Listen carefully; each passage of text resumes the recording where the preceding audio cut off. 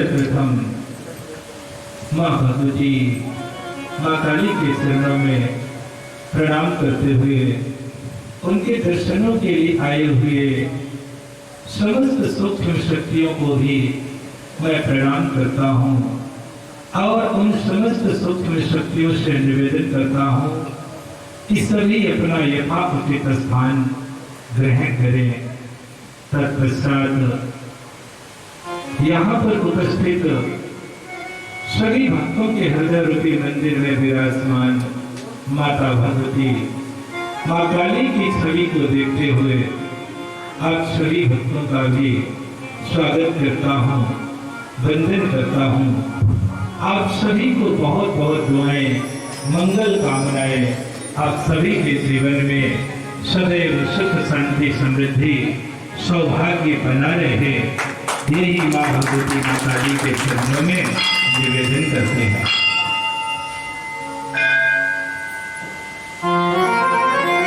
आज कथा का तृतीय दिवस है। कल हम सभी ने श्रवण किया था कि संतों की तपस्या में कितनी सामर्थ्य होती है और सुखदेव जी का जन्म कैसे हुआ, ये हम लोगों ने कल श्रवण किया था। तो कल की कथा में आप सभी को बताया गया था कि सुखदेव जी का जन्म कैसे हुआ था। माँ भगवती जगदम्बा की आराधना करने से ही सुखदेव जी का जन्म हुआ था। श्री व्यास जी ने मेरु पर्वत पर जाकर के माँ की आराधना किए थे, साधना किए थे, तो उनके फलस्वरूप उन्हें सुखदेव जी प्राप्त हुए थे।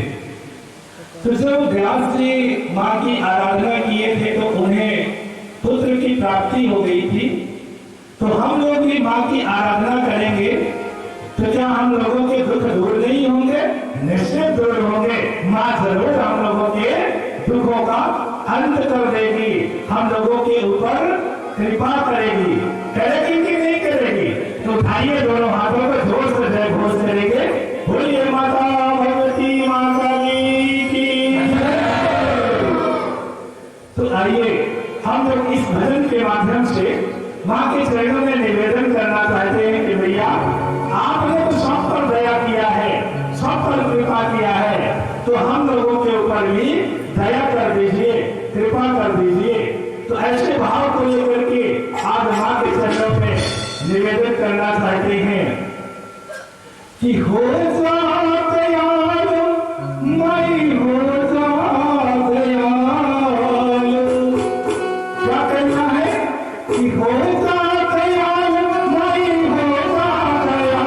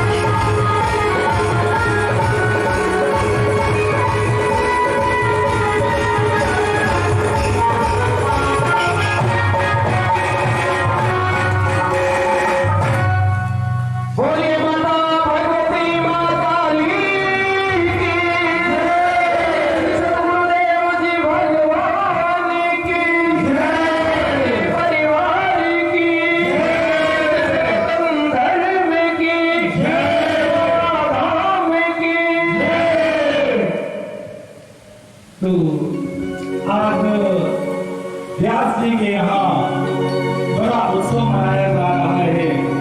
सुखदेव जी का जन्म हो जाता है। तभी 88,000 ऋषिगण सूत जी से कहते हैं कि गुरुदेव, सुखदेव जी का जन्म तो हो गया, परंतु उनका नाम सुखदेव क्यों पड़ा? उनका नाम सुखदेव क्यों पड़ा? तो सूत जी कहते हैं कि हे ऋषियों, जिस समय श्री जी व्यास जी के मन में पुत्र प्राप्ति की कामना जगी थी, तो उस समय घृताची नाम की अप्सरा सुखी का रूप बना करके, किसका रूप बना करके? सुखी का रूप बना करके, अर्थात तोते का रूप बना करके उड़ी थी। तो उसी को देख करके व्यास जी ने उस पुत्र का नाम सुखदेव रखा था। बोलिए सुखदेव जी महाराज की जय। आगे चल करके सुखदेव जी बड़े होते हैं और वेदा अध्ययन करने के लिए श्री बृहस्पति जी के यहाँ वो जाते हैं। कई वर्षों के बाद जब उनकी शिक्षा पूर्ण हो जाती है तो व्यास जी के यहाँ लौट करके सुखदेव जी आते हैं, अर्थात अपने घर आ जाते हैं। व्यास जी भी अपने पुत्र को देख करके बड़ा प्रसन्न हो जाते हैं। जैसे इस संसार में किसी का पुत्र, किसी का बालक बाहर रहता हो, सूरत, बंबई, दिल्ली, गुजरात रहता हो, और जब घर में आता है ना तो लोग बड़े प्रसन्न हो जाते हैं। तो आज श्री व्यास जी भी सुखदेव जी को देख करके बड़ा प्रसन्न हो जाते हैं और इस तरह से प्रसन्नता के साथ श्री व्यास जी का जीवन व्यतीत होता रहता है। आज सुखदेव जी युवा हो जाते हैं और श्री व्यास जी सुखदेव जी को युवा देख करके एक दिन व्यास जी सुखदेव जी से कहते हैं कि बेटवा, अब तुम युवा हो गए हो, अब तुम अपना शादी विवाह कर लो। ऐसा सुन करके तो सुखदेव जी चकित रह जाते हैं, दंग हो जाते हैं और कहते हैं कि पिताजी, आप ये क्या कह रहे हैं? आप ये क्या कह रहे हैं कि हम शादी कर लें, हम विवाह कर लें? अरे पिताजी, आप इतने बड़े ज्ञानी होते हुए, आप इतने बड़े ज्ञानी होते हुए और आप हमें कह रहे हैं कि हम शादी कर लें, विवाह कर लें? पिताजी, ऐसा नहीं है, यह उचित नहीं है। पिताजी, हम तो आपके शिष्य हैं, आप हमें अपना शिष्य समझिए और हमें तत्व ज्ञान का उपदेश दीजिए। हम आपकी हर एक आज्ञा का पालन करेंगे, लेकिन पिताजी शादी विवाह करने के लिए हमें मत बोलिए। ऐसा सुनते ही व्यास जी तो घबरा जाते हैं, उनकी बीपी हाई होने लगती है, टेंशन में आ जाते हैं, तनाव में आ जाते हैं। जैसे इस संसार में अगर कोई पिता जो उम्मीद ना करता हो और उसके बेटे के द्वारा कर दिया जाए तो बड़ा टेंशनाइज हो जाते हैं ना, बड़ा वो लगता है कि क्या बताएं, नाना प्रकार के विचार उनके मन में उठने लगता है। विचार करते हैं कि हमने इनको इतना पढ़ाया, इतना लिखाया, दिन रात बच्चों के पीछे लगे रहे, फिर भी ये पुत्र हमारी बात नहीं मान रहा है। तो इस तरह से लोगों के दिमाग में बातें उठने लगती है। तो उसी तरह से व्यास जी के मन में भी नाना प्रकार के विचार उठने लगे, जिसके कारण व्यास जी दुखी हो जाते हैं। व्यास जी दुखी हो जाते हैं, लेकिन अपने बेटे को वो समझाने का प्रयास भी करते हैं। ये उसी प्रकार है जैसे किसी का पुत्र, किसी का बालक बात ना मान रहा हो, तो कुछ लोग ऐसे होते हैं जो उसकी चर्चा ही छोड़ देते हैं कि जाओ, जो तुम्हारी मर्जी हो सो करते रहो। भैया, ये उचित नहीं है। हमें अपने बेटे को भरपूर समझाने का प्रयास करना चाहिए, क्योंकि युवा अवस्था ही एक ऐसी ऐसी अवस्था होती है जिसमें भटकाव सबसे ज्यादा रहता है। अगर कोई भी बालक हो, बालिका हो, अगर वह युवा अवस्था पर सतमार्ग पर चलते रहे तो आगे जाकर के वो कभी अपने मार्ग से विचलित नहीं हो सकते हैं। तो युवा अवस्था ही सबसे ज्यादा भटकाव की अवस्था होती है।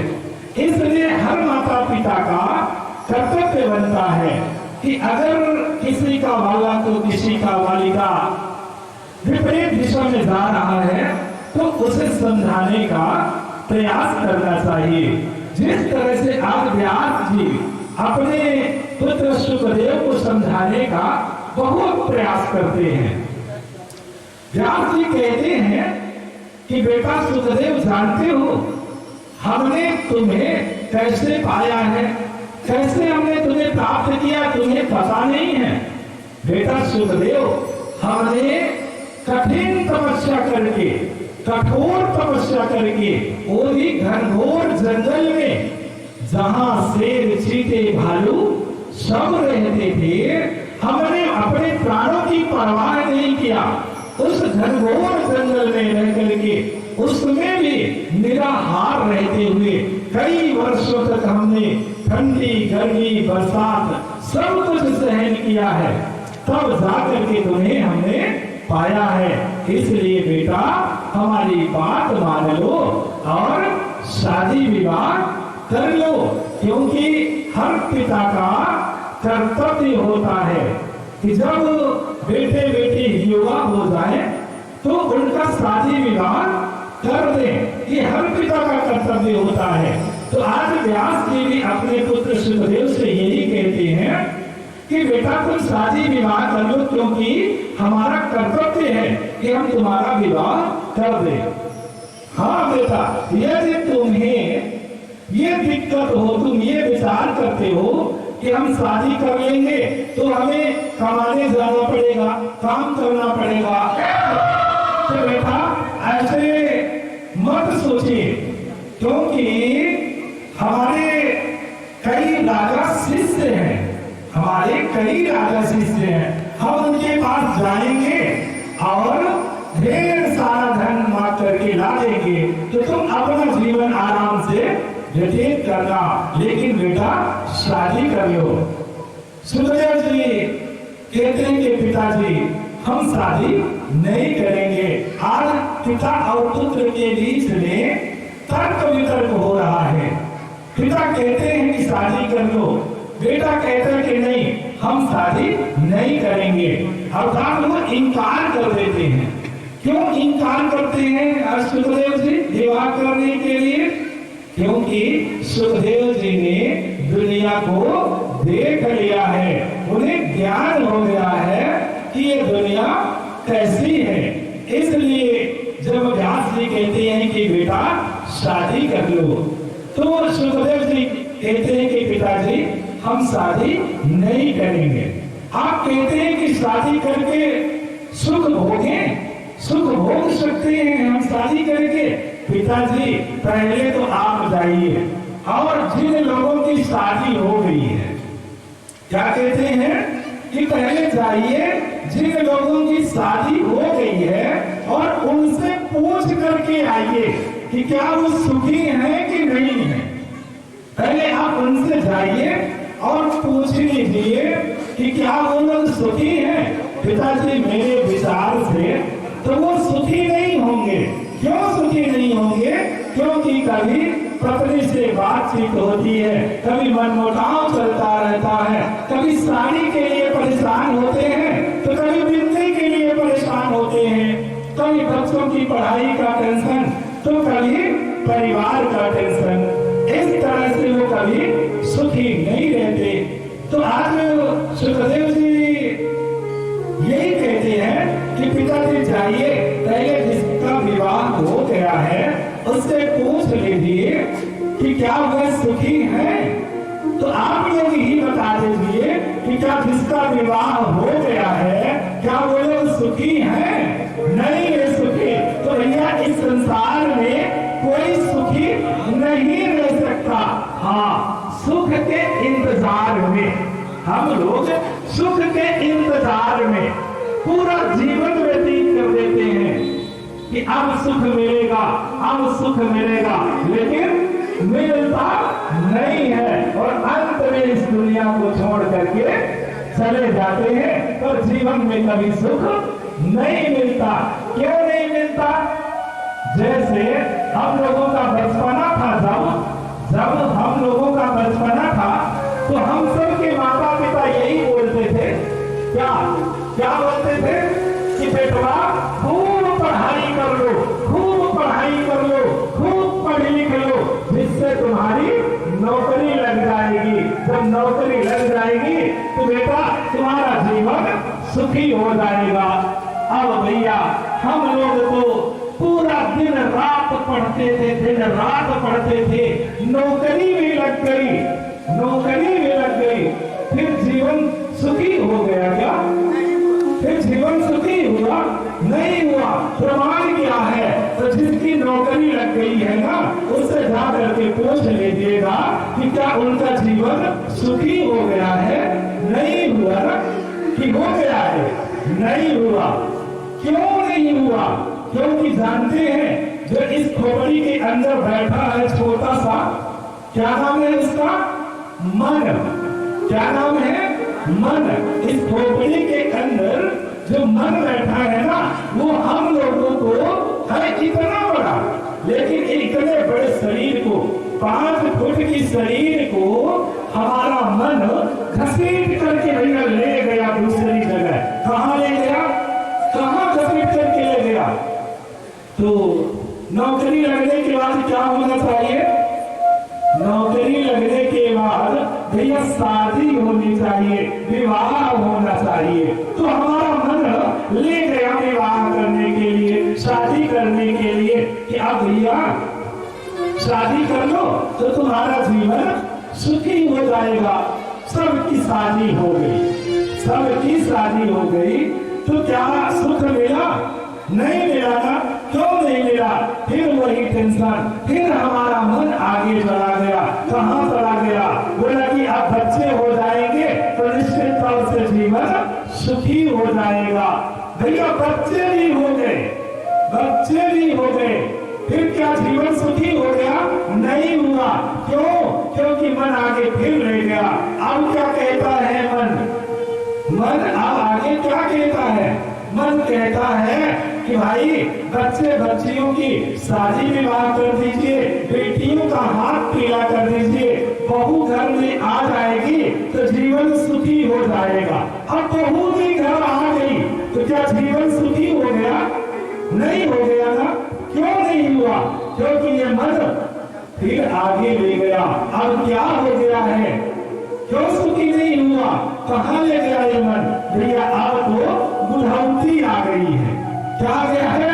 अब बुढ़ौती आ गई है, बुढ़ापा आ गया है, अब चलने की सामर्थ्य नहीं है, हाथ पैर काम करना बंद कर दिया है। तो इस तरह से मनुष्य पूरे जीवन भर सुख का इंतजार करता है, पर सुख उसे मिलता नहीं है। इस संसार में कोई कभी सुखी नहीं रह सकता, चाहे वो राजा हो, प्रजा हो, गरीब हो या अमीर हो, सबको शांति नहीं मिलती, सब दुखी हैं। इसीलिए तो कहा गया है कि कोई तन से दुखी, कोई मन से दुखी, कोई धन बिन रहा उदास, थोड़ा थोड़ा सब दुखी। तो ये सुखी कौन है? सुखी नाम करदास, जो भक्ति करता है, जो भजन करता है, जो सुमिरन और साधना करता है, वही इस संसार में सुखी रहता है।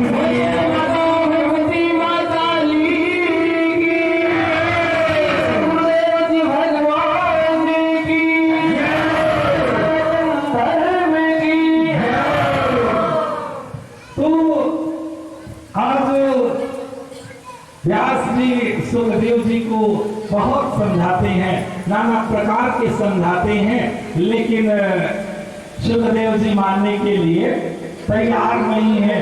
तरह तरह के वो उदाहरण देते हैं। और आज सुखदेव जी तर्क करते हुए अपने पिता से व्यास जी से कहते हैं कि पिताजी, आप शादी विवाह करने के लिए कह रहे हैं, शादी विवाह करने के लिए कह रहे हैं। पिताजी, हमने वेदों का अध्ययन किया है, इस दुनिया को हमने देखा है, हमें ज्ञान प्राप्त हो गया है पिताजी।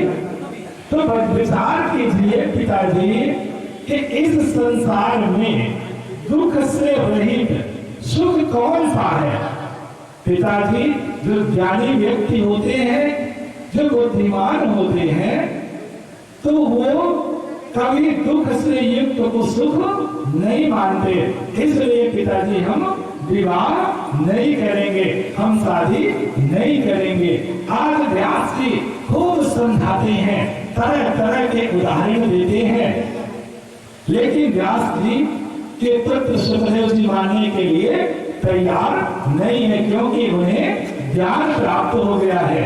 आज सुखदेव जी तर्क वितर्क करते हुए अपने पिता व्यास जी से कहते हैं कि पिताजी, आप शादी विवाह की बात कर रहे हैं। पिताजी, अगर किसी व्यक्ति को लोहे की जंजीर से बांध दिया जाए, लोहे की साकर से बांध दिया जाए, तो पिताजी वो छूट सकता है। कभी न कभी लोहे की साकर को काटा जा सकता है, परंतु पिताजी, जो व्यक्ति घर परिवार पत्नी बच्चे इन बंधनों में बंध गया है, वह कभी इन बंधनों से मुक्त नहीं होता, उसका जीवन इसी में व्यतीत हो जाता है। तो आज सुखदेव जी कहते हैं कि पिताजी, ये घर गृहस्थी ये सब बंधन के कारण होते हैं, इसमें हम नहीं फंसना चाहते। कोई ज्ञानी व्यक्ति होगा तो क्या फंसना चाहेगा पिताजी? नहीं। जिसे रंच मात्र ज्ञान नहीं होगा, जो अज्ञानी होगा, वही पिताजी घर गृहस्थी के बंधनों में बंधेगा। तो ऐसा सुनकर के व्यास जी पुनः समझाने का प्रयास करते हैं और कहते हैं कि सुखदेव, ये जो आप कह रहे हैं ना, घर गृहस्थी ये सब बंधन का कारण है, बेटा सुखदेव, ये बंधन का कारण नहीं है। अरे व्यक्ति घर में रहते हुए, परिवार के साथ रहते हुए भी संसार सागर से पार हो सकता है, भव बंधन से वो मुक्ति पा सकता है। तो ऐसा सुन करके सुखदेव जी कहते हैं कि पिताजी, आप ये गलत बोल रहे हैं। व्यास जी को आज सुखदेव जी कहते हैं कि पिताजी, आप गलत बोल रहे हैं। व्यास जी कहते हैं, कैसे गलत बोल रहे हैं? तो सुखदेव जी कहते हैं कि पिताजी, जब जिसकी शादी हो जाएगी, उसके परिवार पत्नी बच्चे सब हो जाएंगे, तो उसे कमाना तो जरूर पड़ेगा, काम करने तो जरूर जाना पड़ेगा। तो जब वो पूरा जीवन कमाने में गुजार देगा, तो फिर वो भगवत भजन कैसे करेगा? काम धाम में उसका समय निकल जाएगा, तो भजन कैसे करेगा? और जब भजन नहीं कर पाएगा, तो फिर वो मुक्त कैसे हो पाएगा? तो आज व्यास जी अपने पुत्र सुखदेव को समझाते हुए कहते हैं कि बेटा सुखदेव, जरूर वो घर गृहस्थी में रह करके बंधन मुक्त हो सकता है। कैसे? सुखदेव जी कहते कैसे? तो व्यास जी कहते हैं कि बेटा सुखदेव, घर गृहस्थी में रहने के बाद उसे कमाने को जरूर जाना पड़ेगा, क्योंकि धन की परम आवश्यकता होती है। लेकिन बेटा सुखदेव, धन कैसे कमाना चाहिए, ये बड़े महत्वपूर्ण की बात होती है। ऐसा सुनकर के आज सुखदेव जी पूछते हैं, कहते हैं कि पिताजी, धन कैसे कमाना चाहिए? तो आज व्यास जी कहते हैं कि बेटा, न्याय के द्वारा धन का अर्जन करना चाहिए, कभी चोरी नहीं करना चाहिए, कभी झूठ नहीं बोलना चाहिए, कभी बेईमानी नहीं करना चाहिए। जिसका काम करना चाहिए तो पूर्ण ईमानदारी के साथ काम करना चाहिए। आज के जैसे नहीं, आज के कुछ लोग होते हैं काम करने के लिए बुलाते ही होंगे आप सब, तो वो सिर्फ अपना समय व्यतीत करते रहते हैं, टाइम पास करते रहते हैं, और जैसे ही छुट्टी का समय होता है तो छुट्टी करके चले जाते हैं। ऐसे ही लोग बंधन में पड़ते हैं, बार बार जन्म लेते हैं और बार बार मृत्यु को प्राप्त होते हैं। तो कहने का भाव है कि हमें पूर्ण ईमानदारी के साथ, न्याय के साथ धर्म का अर्जन करना चाहिए, धर्म पथ पर चलना चाहिए।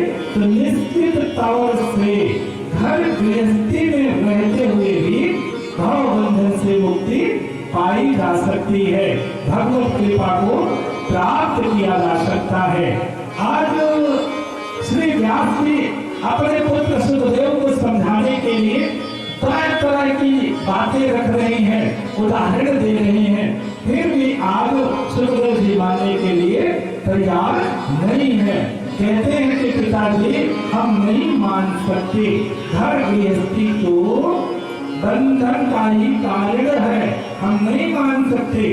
तब आज व्यास जी बड़ा सुंदर उदाहरण देते हैं, आज व्यास जी बड़ा सुंदर उदाहरण देते हैं और कहते हैं कि बेटा सुखदेव, चाहे कोई भी हो, साधु हो, संत हो, ब्रह्मचारी हो या व्रतधारी हो, सभी को गृहस्थों के पास जाना ही पड़ता है, तभी उन्हें भोजन मिलता है।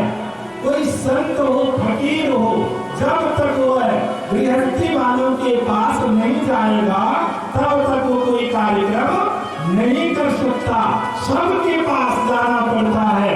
और आज व्यास जी बड़ा सुंदर कहते हैं कि बेटा सुखदेव, 4 आश्रम होते हैं, धर्म ग्रंथों में 4 आश्रम बताए गए हैं, जिसमें पहला आश्रम है ब्रह्मचर्य आश्रम, फिर है गृहस्थ आश्रम, फिर है वानप्रस्थ आश्रम और संन्यास आश्रम। तो बेटा इन सबसे श्रेष्ठ, सबसे बढ़ करके तो गृहस्थ आश्रम ही माना जाता है। और बेटा सुखदेव विचार कीजिए कि बड़े बड़े ऋषि मुनि, चाहे विश्वामित्र हो, वशिष्ठ हो, अगस्त्य हो, भरद्वाज हो, बेटा सुखदेव सबने विवाह किया, सबके पत्नी बच्चे हैं, सब गृहस्थी वाले हैं। तो फिर बेटा बताओ कि उनके पास कौन सी शक्ति नहीं है, कौन सी कमी है, सब कुछ तो उनके पास है। इसलिए बेटा सुखदेव तुम भी विवाह कर लो और नित्य प्रति हवन यज्ञ करते हुए अपने आत्मा का कल्याण कर लो। फिर भी सुखदेव मानने के लिए आज तैयार नहीं है। तब व्यास जी समझाने के लिए अपने सुखदेव से कहते हैं कि बेटा सुखदेव, यदि तुम्हें हमारी बातों पर यकीन नहीं है तो तुम चले जाओ राजा जनक के पास। कहाँ कहते हैं? राजा जनक के पास। कहते हैं कि बेटा तुम चले जाओ राजा जनक के पास, उन्हें विदेह राज कहा जाता है, उन्हें विदेह राज कहा जाता है। तब व्यास जी की बातों को सुनकर के सुखदेव जी दत्त रह जाते हैं और कहते हैं कि पिताजी, जो व्यक्ति राज्य कर रहा हो, शासन कर रहा हो, तो वो विदेह राज कैसे हो सकता है? विदेह राज का अर्थ है अपने देह को भूल जाना। तो वो विदेह राज कैसे हो सकते हैं? क्या उनके राज्य में चोर नहीं होंगे? क्या वो किसी को दंड नहीं देते होंगे? और जब दंड दे रहे हैं तो फिर वो विदेह राज कैसे हो सकते हैं? तो आज व्यास जी कहते हैं कि बेटा सुखदेव, अब तुम राजा जनक के पास ही चले जाओ, इन प्रश्नों का उत्तर तो राजा जनक ही देंगे।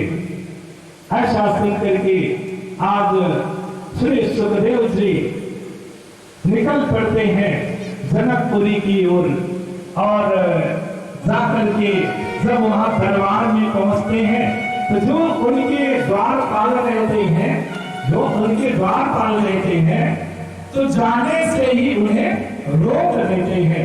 सुखदेव जी हताश हो जाते हैं, उनके मन में विचार उठने लगते हैं कि इन्हें विदेह राज कैसे कहा जाता होगा, कि जब हमें अंदर प्रवेश ही नहीं दिया जा रहा, आने ही नहीं दिया जा रहा, तो विदेह राज कैसे हो सकते हैं।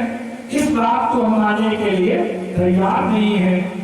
तो द्वारपाल पूछते हैं कि ब्राह्मण पुत्र तुम कौन हो, कहां से आए हो, किस जिज्ञासा को लेकर के यहाँ आए हो। ऐसा सुनकर के सुखदेव जी कहते हैं हम तो आए थे बड़ी गूढ़ बातों को जानने के लिए, लेकिन अब वह बात तो हमें गेट पर ही मिल गई कि अब यहाँ सब व्यर्थ है, सब दिखावा चल रहा है। ये जो विदेह राज कहा जाता है ना, तो ये एक दिखावा है और सत्यता नहीं है। ऐसा सुनकर के तो द्वारपाल समझ जाते हैं कि ये कोई ज्ञानी व्यक्ति है, और जाकर के राजा जनक के पास संदेशा पहुंचाते हैं। राजा जनक सुखदेव जी को स्वागत वंदन के साथ अपने महल में बुलाते हैं और बातें शुरू हो जाती है, तर्क वितर्क शुरू हो जाता है। तो तर्क वितर्क में आज सुखदेव जी कहते हैं कि राजन, आपको विदेह राज क्यों कहा जाता है। फिर जब आप राज्य कर रहे हैं, शासन कर रहे हैं, आपके राज्य में क्या चोरों को दंड नहीं दिया जाता होगा, या जो कुकृत्य करता होगा क्या उसे दंड नहीं दिया जाता होगा, फिर आप विदेह राज कैसे कहलाते हैं। तो आज राजा जनक सुखदेव जी को समझाते हुए कहते हैं कि विदेह राज कैसे कहा जाता है, हम किस तरह से विदेह राज कहलाते हैं। कुछ ही देरी में, कुछ ही देर बाद हम आपको इस बात से भी अवगत करा देंगे, लेकिन थोड़ा सा अभी समय है, कुछ आपको हमारे नगर में जाकर के घूमना पड़ेगा, कुछ करना पड़ेगा। इसके बाद हम तुम्हें बता देंगे कि है क्या विदेह राज, क्या होता है। तो आज सुखदेव जी कहते हैं महाराज कोई दिक्कत नहीं है, हमें कोई बात नहीं है, हमें आपकी जितनी भी शर्त होगी सब स्वीकार है। तो आज राजा जनक अपने सेवकों को आदेश देते हैं कि एक कटोरा फुल भर करके दूध लाया जाए।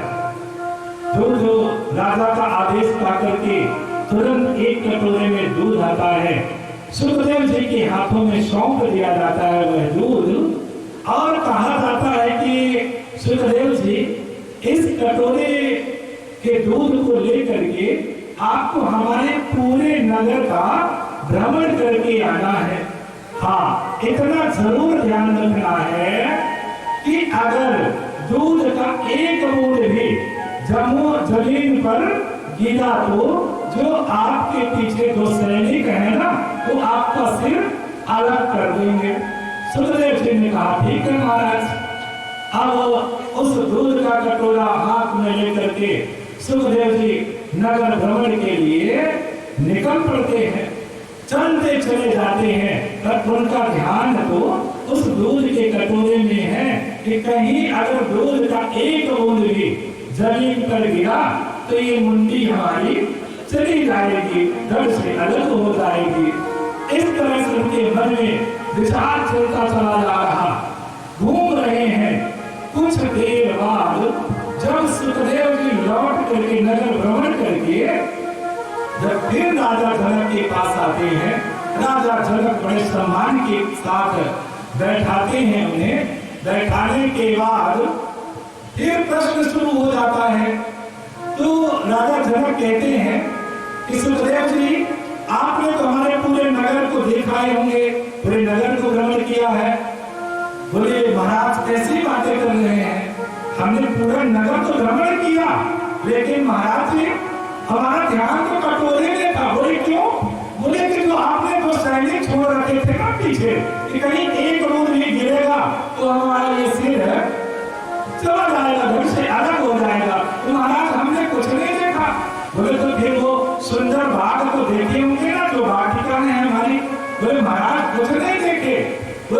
प्रहलाद को देखे होंगे ना, बोले महाराज बता दिया ना कि हमने कुछ नहीं देखा। जनक जी कहते क्यों नहीं देखे?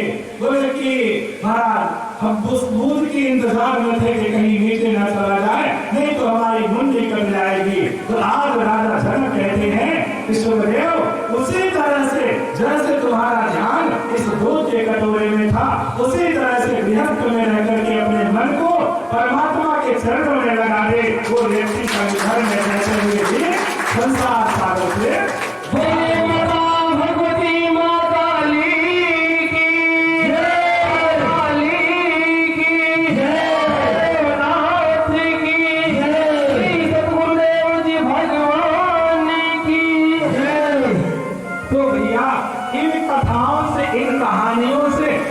यही सीख लेना चाहिए कि घर गृहस्थी के साथ रहते हुए हम तन से काम करते रहें, लेकिन मन से क्या करें? परमात्मा का नाम लेते रहें, माता जी का नाम लेते रहें। तो निश्चित तौर से हम सभी के जीवन का कल्याण हो जाएगा और हम लोग इस संसार सागर से पार हो जाएंगे। तो इस तरह से हमें निरंतर सुबह शाम भगवत भजन करते हुए अपने जीवन को व्यतीत करना चाहिए। तो आज श्री सूत जी सुखदेव जी की उत्पत्ति और जन्म के विषय पर बताते हुए कहते हैं कि हे ऋषियों, इन सभी समस्याओं के समाधान के लिए हर काल में जब जब धरती पर असुरों का साम्राज्य बढ़ता है, तब तब हर काल में भक्त दुखी होकर के, परेशान होकर के माता भगवती को ही पुकारते हैं। तो उसी तरह से हे ऋषियों, आज जो मैं आपको सुनाने जा रहा हूँ, ऐसी गाथा सुनाने जा रहा हूँ कि जो अद्भुत है, जो विचित्र है। ऋषियों, एक समय की बात है जब माता सती अपने पिता दक्ष के यहाँ यज्ञ कुंड में कूद करके अपने प्राणों का त्याग कर देती है। तो उस समय जब भगवान शंकर को पता चलता है, जब भगवान शंकर को पता चलता है कि माता जी ने प्राणांत कर दिया, प्राण को त्याग दिया है, तो भगवान शंकर अपने घरों को लेकर जाते हैं और यज्ञ को विध्वंस कर देते हैं और दुखी होकर के माता सती के शव को कंधे पर रख करके चारों ओर भ्रमण करने लगते हैं, जिससे सृष्टि का कार्य, सृष्टि का संचालन है, क्योंकि वो संहार करता है। तो लोग बूढ़े हो गए हैं। जब भगवान शंकर जब माता जी के शव को रख कर कंधे पर भ्रमण कर रहे हैं, ध्यान ही नहीं दे रहे संसार की ओर, तो संचालन गता रुक जाता है। कई लोग बूढ़े हो गए हैं, चलने की हिम्मत नहीं है ना, घिसक रहे हैं, फिर भी मृत्यु नहीं हो रही, क्योंकि संहार करने वाले तो किसी दूसरे दिशा में, किसी दूसरे के ध्यान में लीन है, तो सृष्टि का कार्य रुक जाता है। विष्णु जी विचार करते हैं कि जब तक भगवान शंकर के कंधे पर माता सती का शव रहेगा, शरीर रहेगा, तो ये छोड़ने वाले नहीं है। ऐसा विचार करते हुए आज श्री हरि विष्णु जी अपना सुदर्शन चक्र उठाते हैं, अपने सुदर्शन चक्र को आदेश देते हैं, तो वह चक्र जाकर के माता सती के शरीर को काटना प्रारंभ कर देता है। कई टुकड़ों में माता सती के शरीर को काट दिया जाता है। तो जहां जहां माता सती के शव के टुकड़े गिरे थे, वही वही शक्ति पीठों की उत्पत्ति हो गई है। तो ऐसा कहा जाता है कि भगवान विष्णु ने माता सती के शरीर को 108 टुकड़ों में काटा था, इसलिए भारत देश में 108 ही शक्तिपीठ हैं। कितने हैं? 108 ही शक्तिपीठ हैं। तो आज जब भगवान शंकर के कंधे से पूरा माता सती का शरीर गिर जाता है, तो वो दुखी होकर के विलाप करने लगते हैं, इधर उधर भ्रमण करने लगते हैं, जैसे पागलों की भांति उनकी दशा हो जाती है। लेकिन एक समय ऐसा आता है कि भगवान शंकर दुख के कारण अत्यंत दुखी होकर के समाधिस्थ हो जाते हैं, समाधि में लीन हो जाते हैं। कई वर्षों तक समाधि उनकी चलती रहती, कई वर्ष व्यतीत हो जाते हैं। इधर धरती पर अनाचार अत्याचार बढ़ता चला जा रहा है। सत्य के अभाव में भी लोग धर्म से विपरीत होते चले जा रहे हैं। लोग किसी को कुछ समझ ही नहीं रहे हैं। लोगों का जीवन पशुवत हो गया है। इस तरह से अत्याचार बढ़ता चला जा रहा है कि उसी समय तारकासुर नामक दानव तबाही मचा देता है। जगत पिता ब्रह्मा जी से वरदान पा करके सभी देवताओं को वो पराजित कर देता है। देवताओं को तो वो खदेड़ करके मारता है, जहां पाता है वही मारना शुरू कर देता है। आज सूत्र जी कहते हैं कि ऋषियों वह तारकासुर दानव ब्रह्मा विष्णु महेश जैसे देवताओं को भी वो पराजित कर दिया था। ऐसा सुनकर के तो सभी ऋषिगण कहते हैं कि गुरुदेव आप क्या कह रहे हैं? वह दानव ब्रह्मा विष्णु महेश जो सृष्टि करता, पालन करता, संहार करता है, उन्हें वो पराजित कर दिया। कौन है वो तारकासुर? किसका पुत्र है गुरुदेव? उसका जन्म कैसे हुआ? इतनी वो सामर्थ्य कैसे प्राप्त कर लिया? तो आज सूत जी कहते हैं कि ऋषियों, ये तारकासुर वज्रांग और वारंगी का पुत्र है। यह सभी कश्यप ऋषि के वंश में ही उत्पन्न हुए थे। हे ऋषियों, कश्यप ऋषि की 13 पत्नियों में से एक पत्नी का नाम दिति था। दिति के गर्भ से हिरण्यकश्यप और हिरण्याक्ष का जन्म होता है। ये दोनों दानव बड़े बलशाली थे। आगे चल करके इनका वध श्री हरि विष्णु के द्वारा किया जाता है। तो जब श्री हरि विष्णु के द्वारा इन दोनों का वध कर दिया जाता है तो दिति दुखी हो जाती है, क्योंकि वो मां है, तो दुखी हो जाती है और अपने पति कश्यप के पास पुनः जाती है और कहती है कि स्वामी, हमें फिर से पुत्र देने की कृपा करें। आज कश्यप ऋषि के द्वारा वज्रांग का पुनः जन्म हो जाता है। समय गुजरता चला जाता है। वह वज्रांग अत्यंत बलशाली विशाल काय का दानव था, अत्यंत शक्तिशाली था। जब वो युवा होता है उसे पता चलता है कि देवताओं के द्वारा हमारे भाइयों का वध कर दिया गया है, हमारे भाइयों को मार दिया गया है।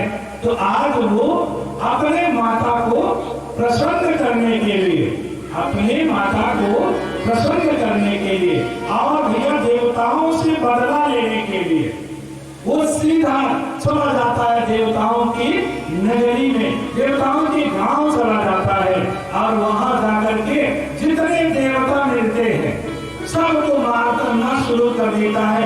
मारते पीटते हुए वो देवराज इंद्र के पास पहुंच जाता है।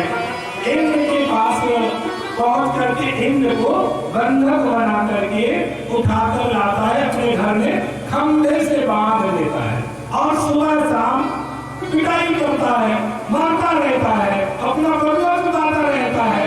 सभी देवता उससे घबरा जाते हैं, क्योंकि वो राजा को ही मारने के लिए गया।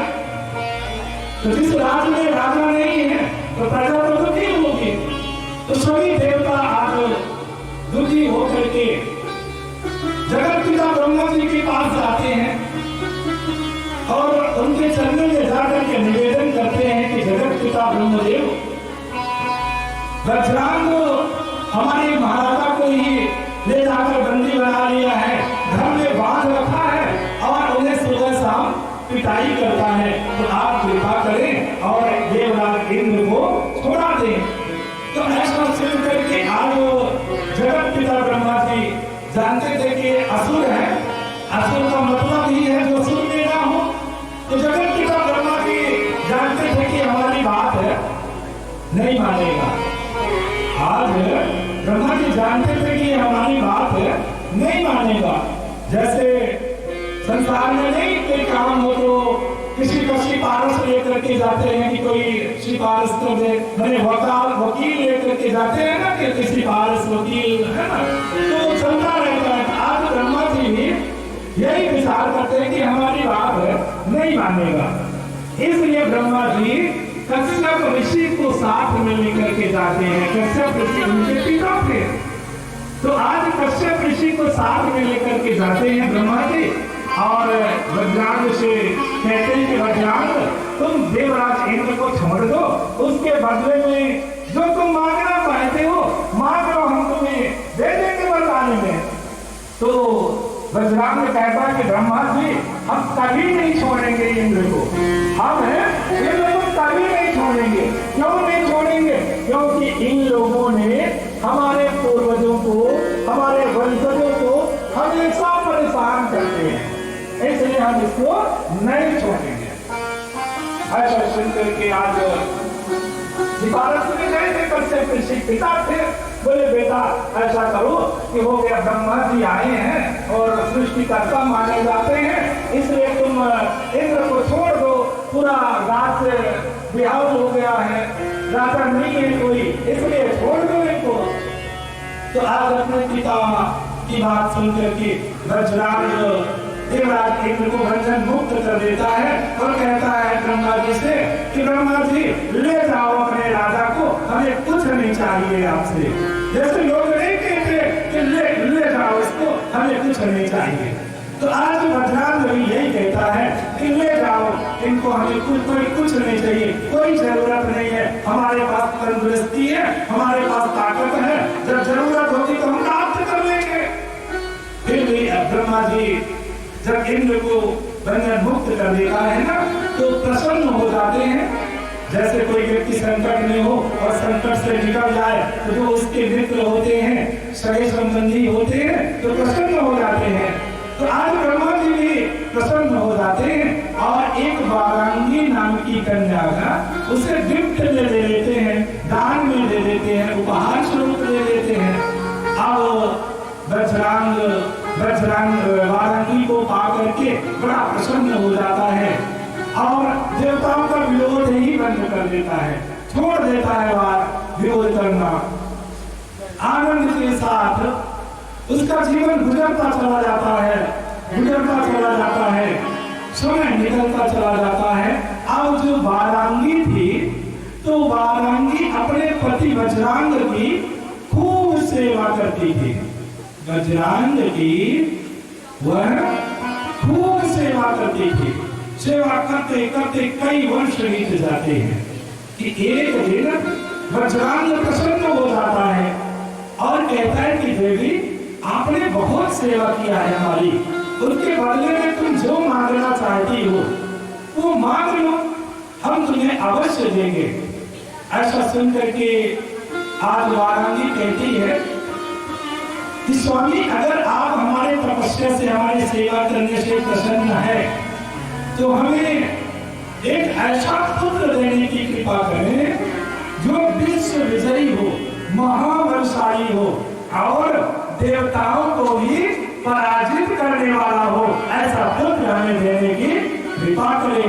तो भैया आज अपने पत्नी की बातों को सुन करके वज्रांग को चकित रह जाते हैं, क्योंकि उन्होंने विरोध करना छोड़ दिया था, प्रतिज्ञा कर लिया था ब्रह्मा जी के सामने कि हम विरोध नहीं करेंगे।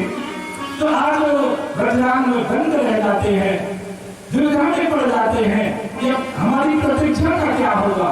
और यदि पत्नी की भी बात मानना जरूरी है, पत्नी की बात मानना भी जरूरी है।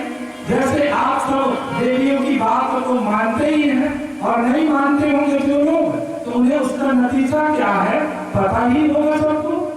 तो आज वज्रांग भी ऐसा विचार करते हैं कि अब हम करें क्या। इस तरह से विचार करते हुए वो एक निष्कर्ष पर पहुंचते हैं कि पत्नी की बात मानना जरूरी है, और वो पत्नी की बात मान करके कहते हैं कि देवी जाओ, तुम्हें हमारे जैसा ही एक बलवान शक्तिशाली विश्व विजयी पुत्र प्राप्त होगा। ऐसा कहकर के आज वज्रांग निकल पड़ते हैं वन प्रदेश की ओर और जाकर ब्रह्मा जी का ध्यान करते हुए तपस्या में लीन हो जाते हैं। कई वर्ष गुजर जाता है, कई वर्ष व्यतीत हो जाते हैं कि एक दिन उनकी तपस्या से प्रसन्न होकर के जगत पिता ब्रह्मा जी सामने प्रकट हो जाते हैं और कहते हैं कि दानव राज अपनी आंखें खोलो, हम तुम्हारी तपस्या से खूब प्रसन्न हैं, खूब प्रसन्न हैं, तुम वरदान मांग लो, जो मांगना चाहते हो मांग लो। ऐसा सुन करके आज बलराम अपनी आंखें खोलते हैं तो देखते हैं कि सामने जगत पिता ब्रह्मा जी वह दौड़ कर जाते हैं, उनके चरणों में प्रणाम करते हैं। प्रणाम करने के बाद कहते हैं कि हे ब्रह्मदेव, यदि आप हमें वरदान देना ही चाहते हैं तो हमें ऐसा पुत्र देने की कृपा करें जो अपने माता का आज्ञाकारी हो, क्योंकि उन्होंने प्रतिज्ञा किया था ना, तो उन्होंने दिमाग लगाया कि नहीं, ऐसा नहीं। उन्होंने कहा कि ब्रह्मा जी हमें ऐसा पुत्र दीजिए जो अपनी माता का आज्ञाकारी हो, माने अपनी माँ की बात मानने वाला हो और हमें सुख देने वाला हो, ऐसा पुत्र हमें देने की कृपा करें। तो आज वज्रांग की बातों को सुन करके जगत पिता ब्रह्मा जी उसे तथास्तु कहते हुए अंतर्ध्यान हो जाते हैं और इधर वज्रांग जब आ जाते हैं अपने घर में, अपने आश्रम में आ जाते हैं, समय गुजरता चला जाता है कि आज वारांगी के गर्भ से एक अति विशालकाय पुत्र का जन्म होता है जो अत्यंत बलशाली था, जिसका नाम तारकासुर रखा जाता है। क्या रखा जाता है? तारकासुर रखा जाता है। यह तारकासुर अत्यंत बलशाली था, अत्यंत पराक्रमी था, लेकिन विचार तो असुरों के थे, विचार तो असुरों के थे, क्योंकि विचारों से ही तो कोई व्यक्ति असुर होता है। तो विचारों से असुर था वह तारकासुर, इसलिए वो देवताओं से विरोध करने की ठान लेता है। जब उसे भी पता चलता है कि इन देवताओं ने हमारे पूर्वजों को, वंशजों को हमेशा प्रताड़ित करते हैं, तो आज जो तारकासुर था तो देवताओं पर विजय पाने की लालसा को लेकर के वह भी वन में चला जाता है। वन में जाकर के वो भी ब्रह्मा जी की तपस्या करता है। ब्रह्मा जी कई वर्ष व्यतीत हो जाते हैं, कठोर तपस्या करता है, वो निराहार रहता है, वो कभी जल पी करके रह रहा है, साधना कर रहा है। ब्रह्मा जी उसके तपस्या से प्रसन्न हो जाते हैं और उसके सामने प्रकट हो जाते हैं और जैसे ही वरदान मांगने के लिए कहते हैं कि दानवराज तुम्हारी तपस्या से हम प्रसन्न हैं, तुम वरदान मांग लो। तो आज तारकासुर अपनी आंखें खोलता है, जाता है उनके चरणों में प्रणाम करता है और कहता है कि प्रभु यदि आप हमें वरदान देना चाहते हैं तो हमें अमर बना दीजिए, हमें अमरता का वरदान दे दीजिए। ब्रह्मा जी उसकी बात सुन करके दंग रह जाते हैं, विचार करते हैं कि ये क्या मांग रहा है, अमर होने के लिए मांग रहा है, अमरता का वरदान मांग रहा है, जो कभी संभव ही नहीं है। क्योंकि तो ऐसा विचार करते हुए ब्रह्मा जी कहते हैं कि दानवराज ये उचित नहीं है, ये प्रकृति के नियम के विरुद्ध है, इसलिए आप कोई दूसरा वरदान मांग लीजिए। यहाँ जो आया है उसकी मृत्यु अवश्य होगी, इसलिए तो कहा गया है कि आया है सो जाएगा राजा रंग फकीर, कोई सिंहासन चढ़ी चला, कोई बांध गया जंजीर। इस संसार में जो आया है एक न एक दिन उसे जाना ही पड़ेगा। तो आज ब्रह्मा जी कहते हैं कि दानवराज ये वरदान आपका उचित नहीं है, ये प्रकृति के नियम के विरुद्ध है। यहाँ जो आता है वो मरता जरूर है और मरने वाले का जन्म भी होता है, इसलिए दानवराज तुम कोई दूसरा वरदान मांग लो। अब दानवराज विचार तो असुरों के, वो सोचता है कि अब हम कौन सा वरदान मांग ले जिससे हमें कोई मार ना पाए, हम अजेय हो जाए, हम अमर हो जाए। विचार करते करते उसके दिमाग में एक बात आ जाती है, उसके दिमाग में यह बात आ जाती है कि माता सती तो शरीर छोड़ करके चली गई है, भगवान शंकर की कोई पुत्र है नहीं, भगवान शंकर के कोई पुत्र है नहीं, और माता सती माने भगवान शंकर की पत्नी भी नहीं है, तो पुत्र उनके होगा नहीं। क्यों नहीं होगा जल्दी? क्योंकि भगवान शंकर तो भोलेनाथ है, शमशान में रहने वाले अवघड़दानी कहा गया है, वो इतना जल्दी विवाह नहीं करेंगे, और जब विवाह नहीं करेंगे तो इनके पुत्र नहीं होगा, जब पुत्र नहीं होगा तो मेरी मृत्यु नहीं होगी, हम अमर हो जाएंगे। आज वो असली विचार को लगा करके, असली दिमाग को लगा करके ब्रह्मा जी से वरदान मांगता है कि प्रभु यदि आप हमें अमरता का वरदान नहीं दे सकते तो आप हमें ऐसा वरदान दे दीजिए कि भगवान शंकर का जो पुत्र हो उसी के हाथों से हमारी मृत्यु हो, उसके पहले हमारा कोई वध ना कर सके, हमें कोई मार ना सके। भगवान शंकर ही वरदान देने में इतना शीघ्रता रहती नहीं, भगवान शंकर तो भगवान शंकर ही है, किसी को वरदान देंगे नहीं कि पुत्र हो जाएगा जल्दी से। तो ब्रह्मा जी से निवेदन करता है अपने दिमाग को लगा करके। ब्रह्मा जी कहते हैं कि दानवराज, हमने तुम्हें ऐसा वरदान दे दिया कि जाओ, जब शंकर जी के पुत्र होंगे तब तुम्हारी मृत्यु उन्हीं के हाथों से हो जाएगी। अब इधर क्या होता है कि दानवराज ब्रह्मा जी से वरदान पा करके निकल पड़ते हैं प्रसन्नता के साथ अपने राज्य में, और अपने राज्य में आकर के सभी अपने जितने दैत्य कुल के परिवार थे उनके सगे संबंधी यार दोस्त जो विचारधारा वाले, क्योंकि कहते हैं ना कि जो आसुरी विचार के होते हैं, नशा मांस करते हैं, वो बारात में एक दिन के लिए जाते हैं तो अभी उनको अड्डा मिल जाता है कि कहाँ मिलता है, क्योंकि वो सबसे पहले जाते हैं तो वही मिलते हैं। तो इन लोगों के साथी बहुत हो जाते हैं। तो उस असुर भी जितने थे सबको इकट्ठा करता है और मंत्रणा करता है कि जाओ तुम लोग देवताओं के गांव चले जाओ, और जितने लोग हैं देवताओं को सबको बोल दो कि भैया खाली कर दो, हमारे महाराज तारकासुर अजर अमर है, तो उनकी कभी मृत्यु नहीं होगी, तुम लोग खाली कर दो, जहां जाना है वहां चले जाओ। तो आप तारकासुर कहते हैं कि तुम लोग जाओ, खाली करने के लिए बोल दो, लेकिन जो खाली ना करे तो क्या करना, उसे धक्के मार करके, मारते पीटते हुए उसे घर से, गांव से बाहर निकाल देना, पूरे नगर को खाली करवा लेना। अब इधर तारकासुर के जितने सेवक थे, अब महाराजा अजर अमर शक्तिशाली, तो फिर कहते हैं ना, एक कहावत है ना कि ऐसी कहावत है ना कि वो थानेदार है तो फिर डर काहे का है ना। तो किस बात का डर है, राजा बलशाली शक्तिशाली है तो फिर डरने की क्या जरूरत है।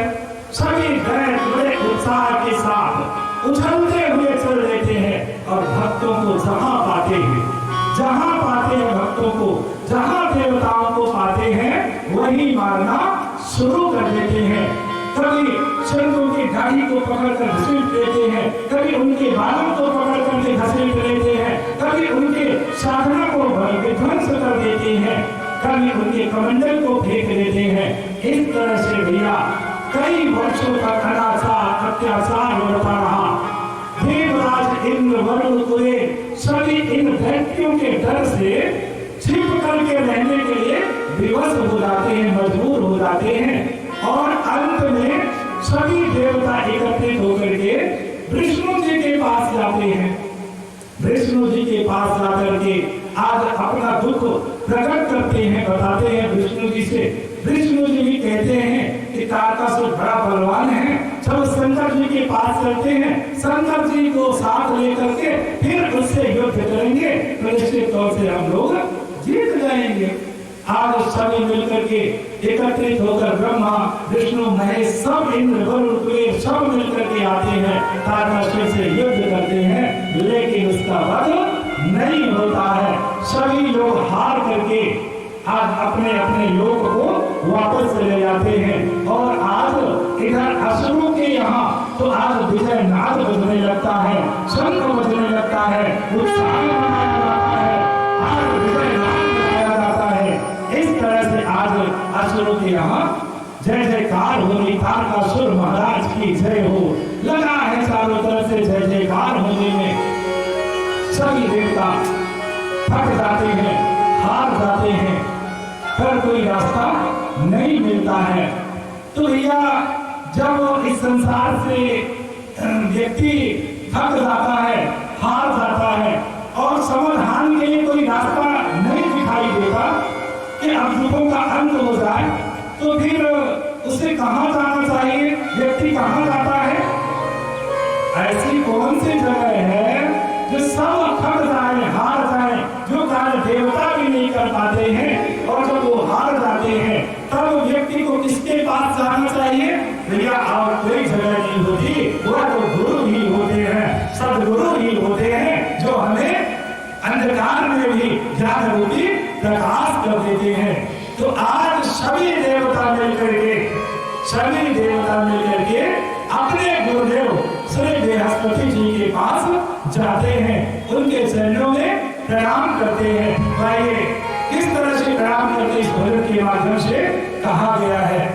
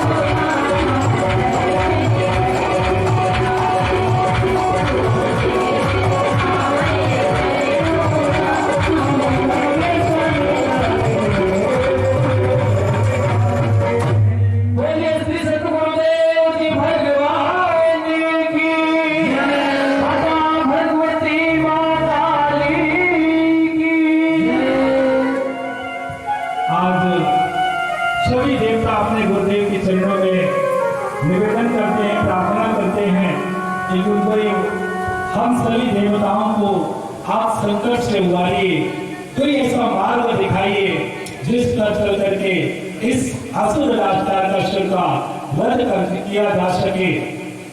ऐसा सुनकर के आज देव गुरु बृहस्पति सभी देवताओं को लेकर के श्री यानी विष्णु जी के पास पुनः जाते हैं। वहां मंत्रणा होती है, विचार विमर्श किए जाते हैं, आखिर अंत में एक रास्ता मिल ही जाता है। आज देव गुरु बृहस्पति कहते हैं कि देवताओं तुम लोग भूल गए हो, जिस समय महिषासुर का अंत हुआ था तो मां भगवती ने हम सभी से कहा था कि देवताओं जब तुम लोगों पर कोई संकट आएगा और उस संकट की घड़ी में मुझे पुकारना तो मैं तुम लोगों की रक्षा अवश्य करूंगी। तो आज ऐसा सुनकर के सभी देवता प्रसन्न हो जाते हैं और हिमालय पर्वत पर चले जाते हैं। वहां जाकर के मां भगवती जगदम्बा की आराधना करते हैं। आराधना करते हुए कई वर्ष व्यतीत हो जाते हैं। आज की कथा बस यही तक होगी, क्योंकि कल शिव जी का पार्वती जी का विवाह होगा, तब पुत्र पैदा होंगे तो फिर असुर राज का वध हो जाएगा। तो आज की कथा को यही समाप्त किया जाता है और कल मां भगवती को पुकार करके फिर हम लोग तारकासुर का वध करेंगे। तो इन्हीं शब्दों के साथ आप सभी को बहुत बहुत दुआएं, बहुत बहुत आशीर्वाद आप सभी के जीवन में सदैव मां भगवती जगदम्बा की कृपा बनी रहे। इन्हीं शब्दों के साथ अपने वाणी को विराम देते हैं। गुरुदेव भगवान की जय। अभी हम सभी भक्त कथा श्रवण कर रहे थे, निश्चित है बड़ा सौभाग्य है और हम सभी इस कथा को श्रवण करते हुए, इस सत्संग में गोते लगाते हुए अपने जीवन को सही दिशा की तरफ ले जाने का प्रयास करते हुए, सत्य मार्ग पर चलने का प्रयास करते हुए आज बड़ी खुशी की बात है कि हमारे गुरु भाई रमेश निगम जी उपहार स्वरूप गुरुदेव जी को कुछ भेंट करना चाहते हैं। उनका सौभाग्य है कि आज गुरुदेव जी और माता जी की बड़ी असीम कृपा हुई है इन पर, क्योंकि जिस पर असीम कृपा होती है उसे नाम सौभाग्य प्राप्त होता है। तो निश्चित है हम सभी भक्त भी बड़ी सौभाग्यशाली हैं जो इस साधना हाल में बैठे हुए हैं और इस सत्संग को श्रवण कर रहे हैं।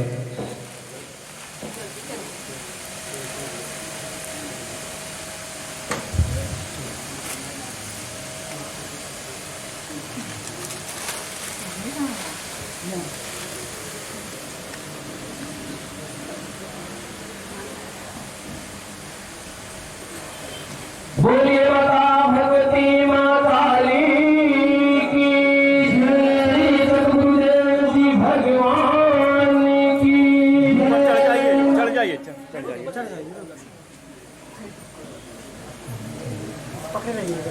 माता भगवती की बड़ी असीम कृपा है कि आज हम सभी के बीच में माता भगवती साक्षात्कार हो रही है और उनका हम सभी साक्षात दर्शन कर पा रहे हैं। ये बड़ी असीम कृपा है हम सभी भक्तों पर माता भगवती और परम पूजनीय गुरुदेव जी की।